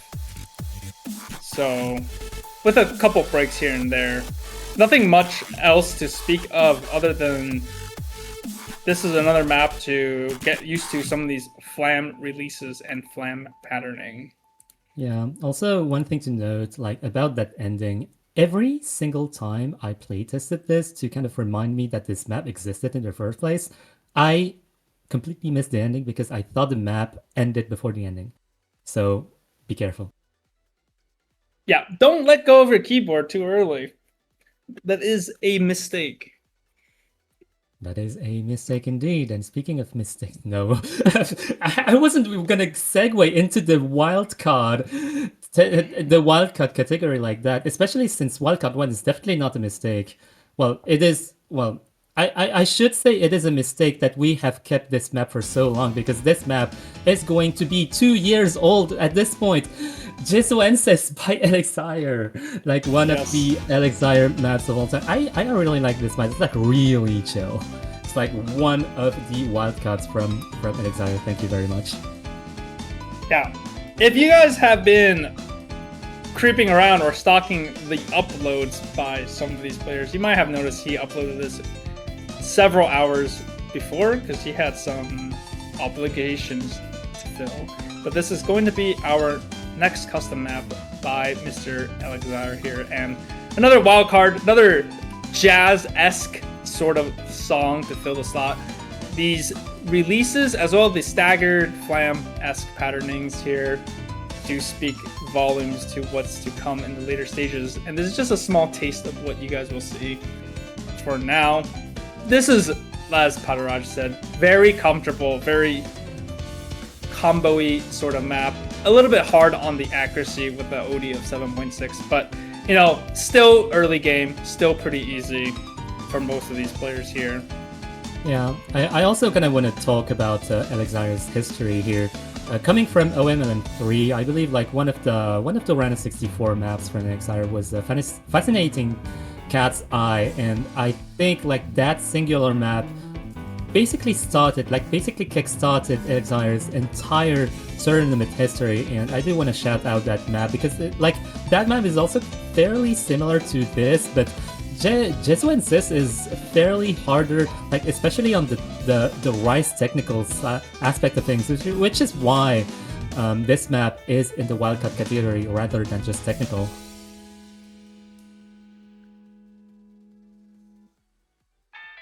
Yes, and that is one of the few Elixir maps of this tournament, and you guys might have obviously remember that he did map one of the qualifier stages, and this might be somewhat reminiscent of what his mapping is.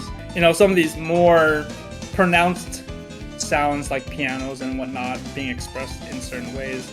As you guys can see here, we have a variety of patterns, which lends itself to be one of the wildcard slots for sure. One of the wildcard maps of all time in this RO64. Yeah, once again, thank you, Elixir.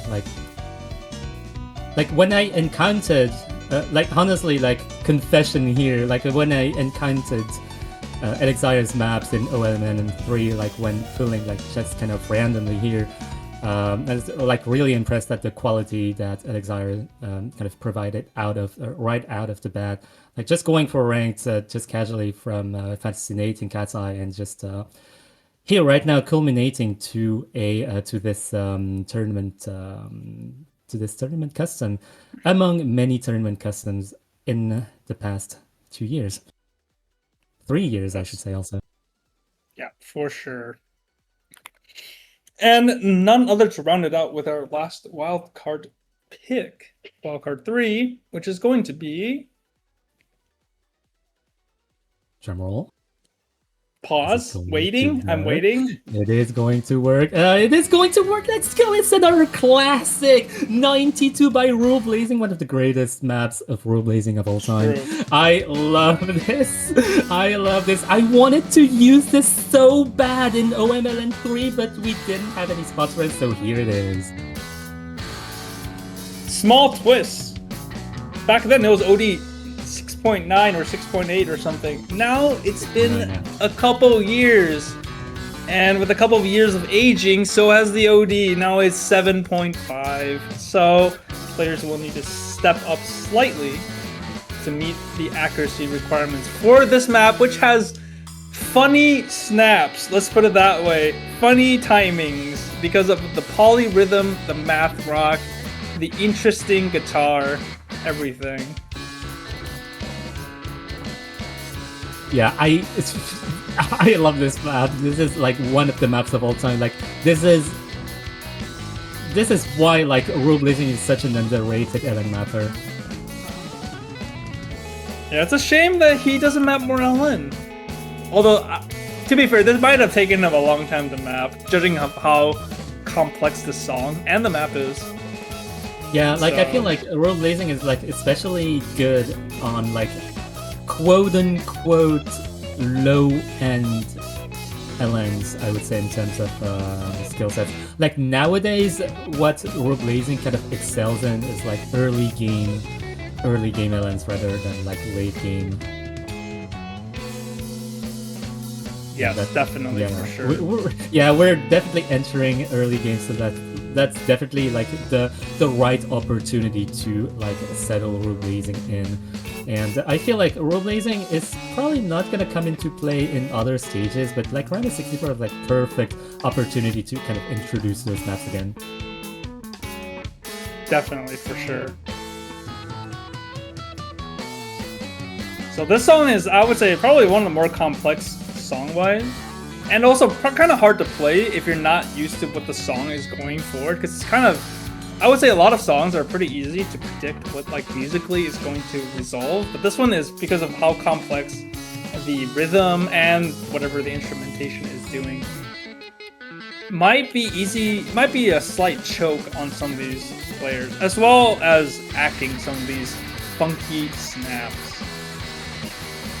Yeah, honestly, at OD 7.5, it is definitely a novelty compared to people have been used to at OD 6.9. Like OD 7.5 definitely like amps up the difficulty in terms of getting good accuracy on, like in the likes of stage 1 of the qualifiers. Yes, for sure.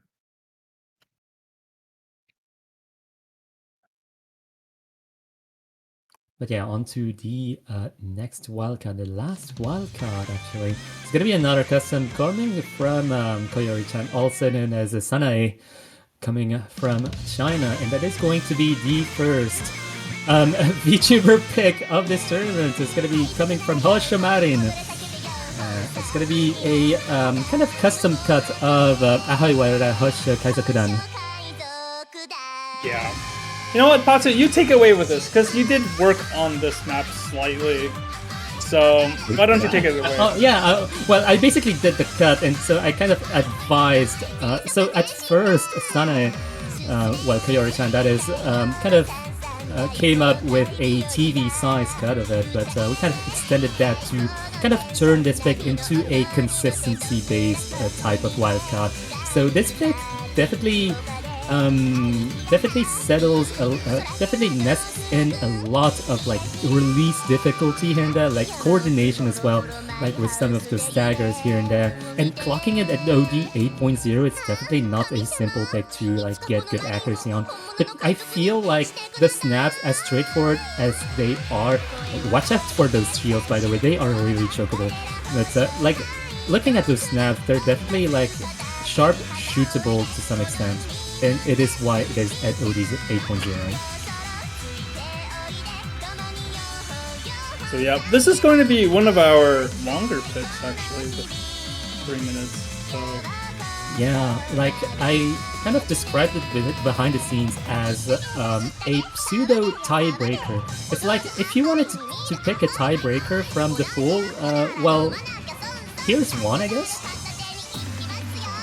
not quite as long as a traditional tiebreaker, but it's still relatively straining in terms of the length as well as the pattern diversity. Yeah, speaking of straining, like watch out for those one-handed shield interactions. Like those one-handed shield interactions in the bridge are so chokeable. Like when I was playtesting, I was like, oh no, what am I doing? This is RO64, why is this so hard? Yeah, there is going to be some one-handed shenanigans, which might trip up some players, but some of this added difficulty, one-handed coordination on this long pick. But there are breaks in this, right? Some mental breaks as well. Some of these easier patterns, some of these harder patterns also nested within. So just keep your eyes peeled and just be ready for whatever this map throws at you. Yeah, like here the chorus repeats for one last time before ending the song, and so that's basically gonna be it for this pretty much, I would say, consistency kitchen sink kind of pick. And this is kind of the definition of a wild card, I would say. It is not a very conventional wild card, I would say, compared to the likes of Just Wednesday or like other picks. But it is definitely encompassing a lot of skill sets within one single pick. For sure. And now we're moving on to, I believe, the density portion of the pool. So we do have 3 density, and here comes a map some people might be very familiar with, actually, and it's going to be Rule Blazing Mind Distortion. Yeah, that was mapped for a Filipino qualifier, I dare say, 3 years ago. I also wanted to use this for mLN4, but couldn't. So here it is again. It's the second Rule Blazing map of the Mappool, and it is probably gonna be the second and probably the only maps of Rule Blazing you'll see within this tournament. Yeah, well, unfortunate that Rule Blazing doesn't have like many other harder maps to come for like the upcoming rounds, but it is what it is. Yes, but this is a classic. A lot of people may have played this. Been in a couple of tournaments in the past, but this is like very, how do I put it? Rule Blazing core mapping. You have some like sort of full inverse sections, as well as some of these faster jump stream sections, right? Just to keep you on your toes. A lot of these patternings that I would say this is fairly modern of a map, but it has some of those like residual, like old school LN feel to it as well. It's a little bit of both. Very, how do I put it? Vibe-based mapping. Let's put it that way. Yeah, you're completely right, actually, and I wanted to touch on that actually because like a fair amount of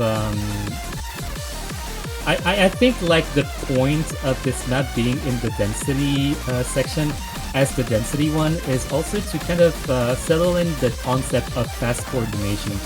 So like as you can see, like some of those staggers, some of those like one-handed coordinate, like some of those one-handed interactions, and especially some of those like slow inverse sections definitely steer towards the realm of coordination rather than density, but we do want to include fast coordination within the realm of density because we do not want to provide you like with just 3 jump stream LNs right from the get-go, and that's also going to be compounded by the BPM of those picks. Right now, Mind Distortion is at 175 BPM. That is it for our first density pick. Moving on to our second density pick, we do have Night Bird 1.1, mapped by none other than Koyori-chan. I believe there's a bit of a help with U East on this map, and this is going to be our more straightforward density pick, I would say.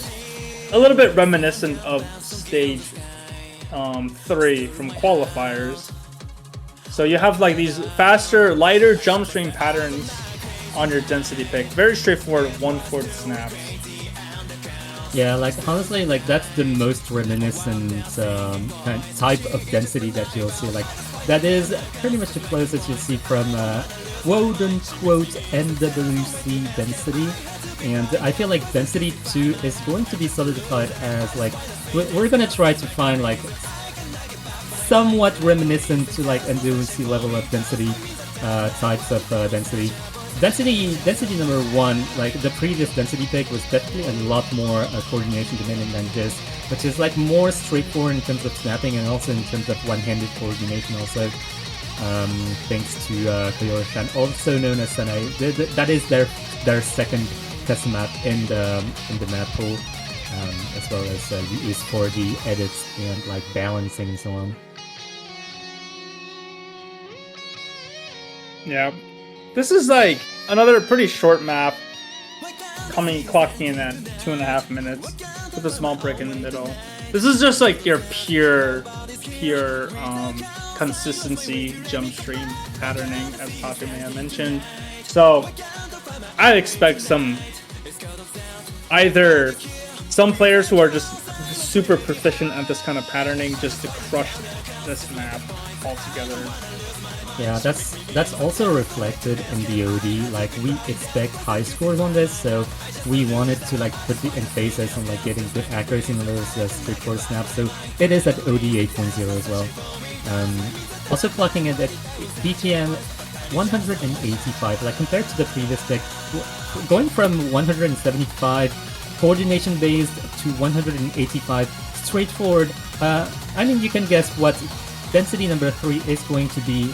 Density number 3 is going to be a bit faster than this, but also lighter in terms of patterning. You'll get to see after this pick is done.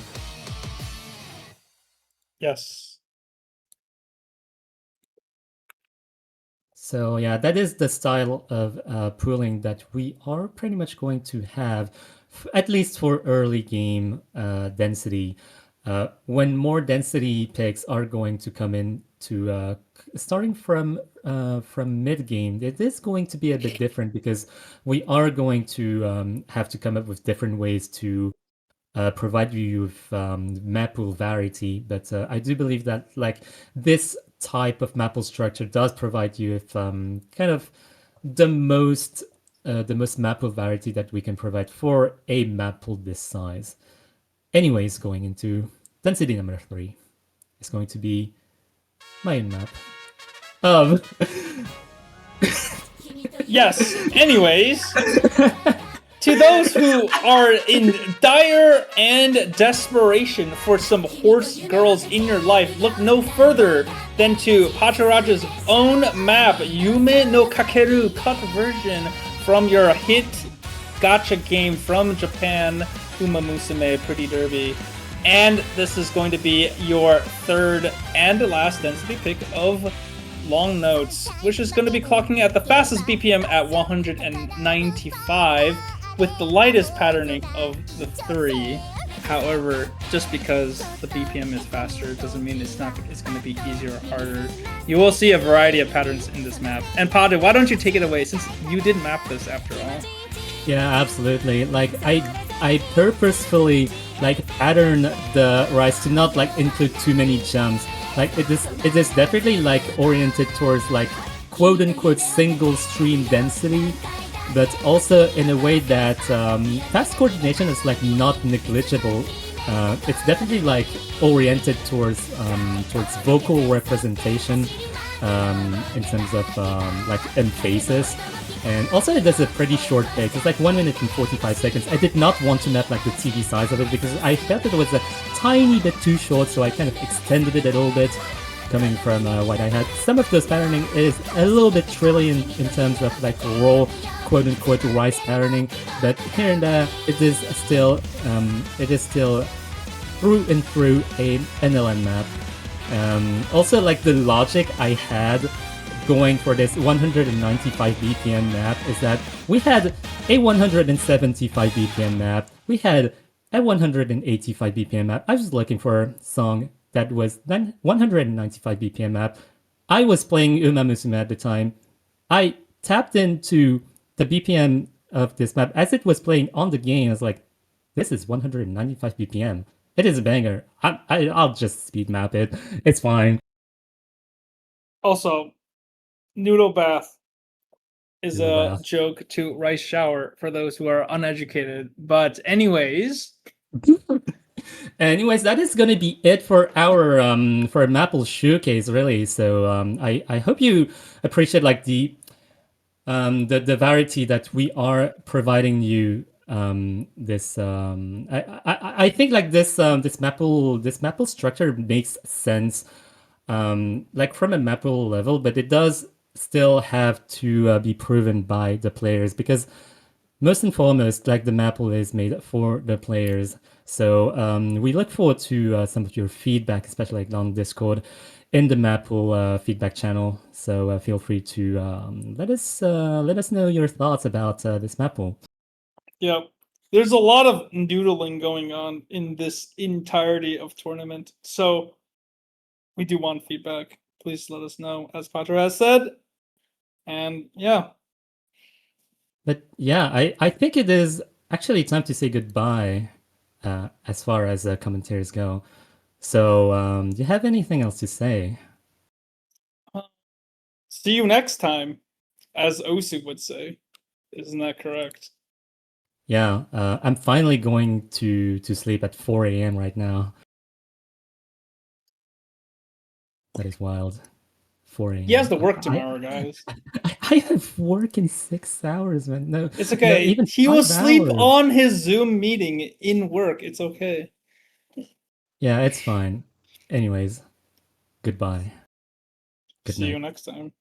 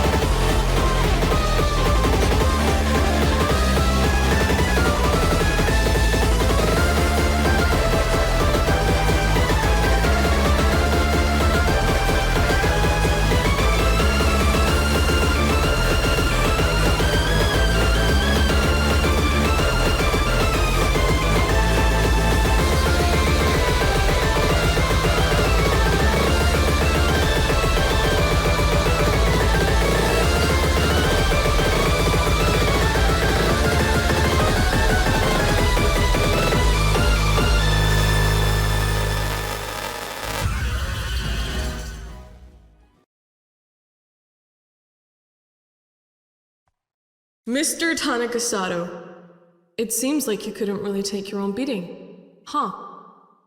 Even after all those people you have deliberately harmed and assaulted under the influence of alcohol, or otherwise.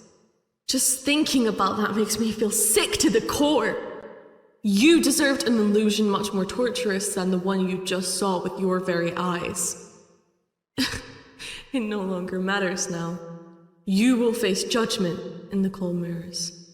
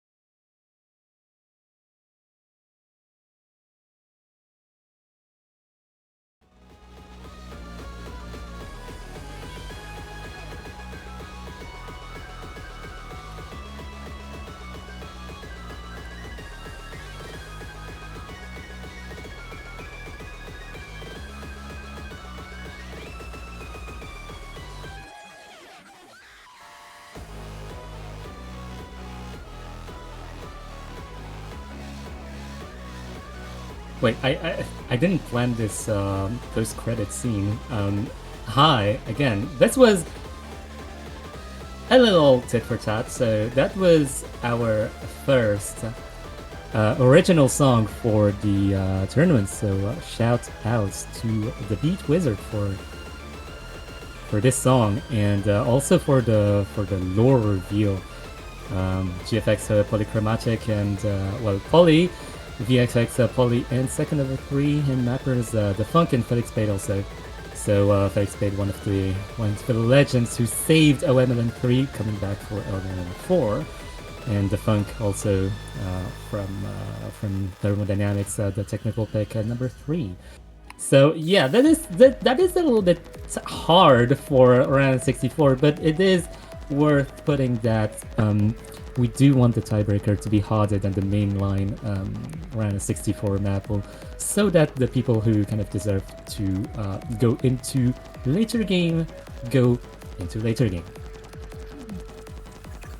Yeah, and again, thanks to everyone who helped us with this huge project for our round of 64. Also, good luck to all the players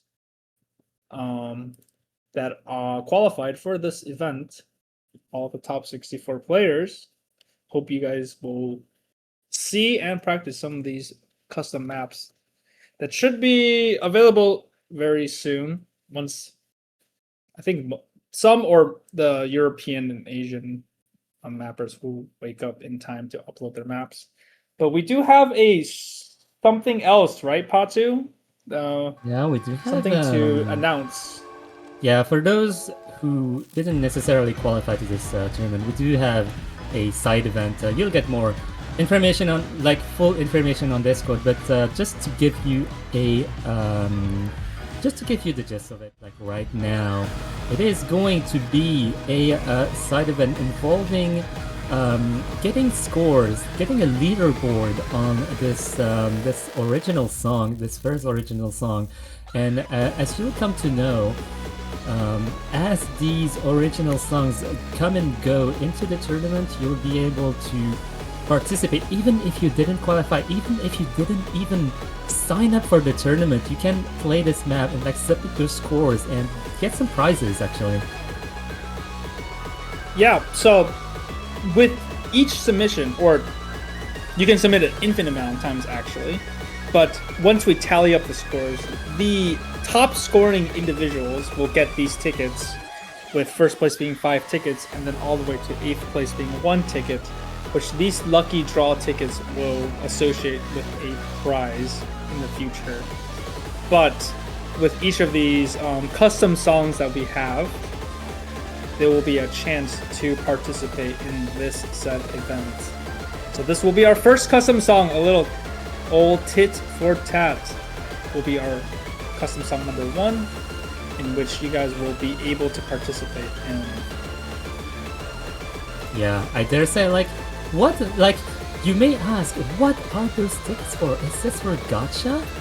Well, you'll come to know soon enough. We love gacha in this household. Okay, that's why we mapped Urban. And yeah, so this will be concluding our round of 64, as well as our qualifier seeding showcase for Osumania Long No Tournament number 4. Any other final closing remarks? Mappool, I guess. Well, I hope you guys have a great week and get ready for the next couple of weeks. So we'll see you guys soon. Good night, and stay wholesome. Yes. See you soon.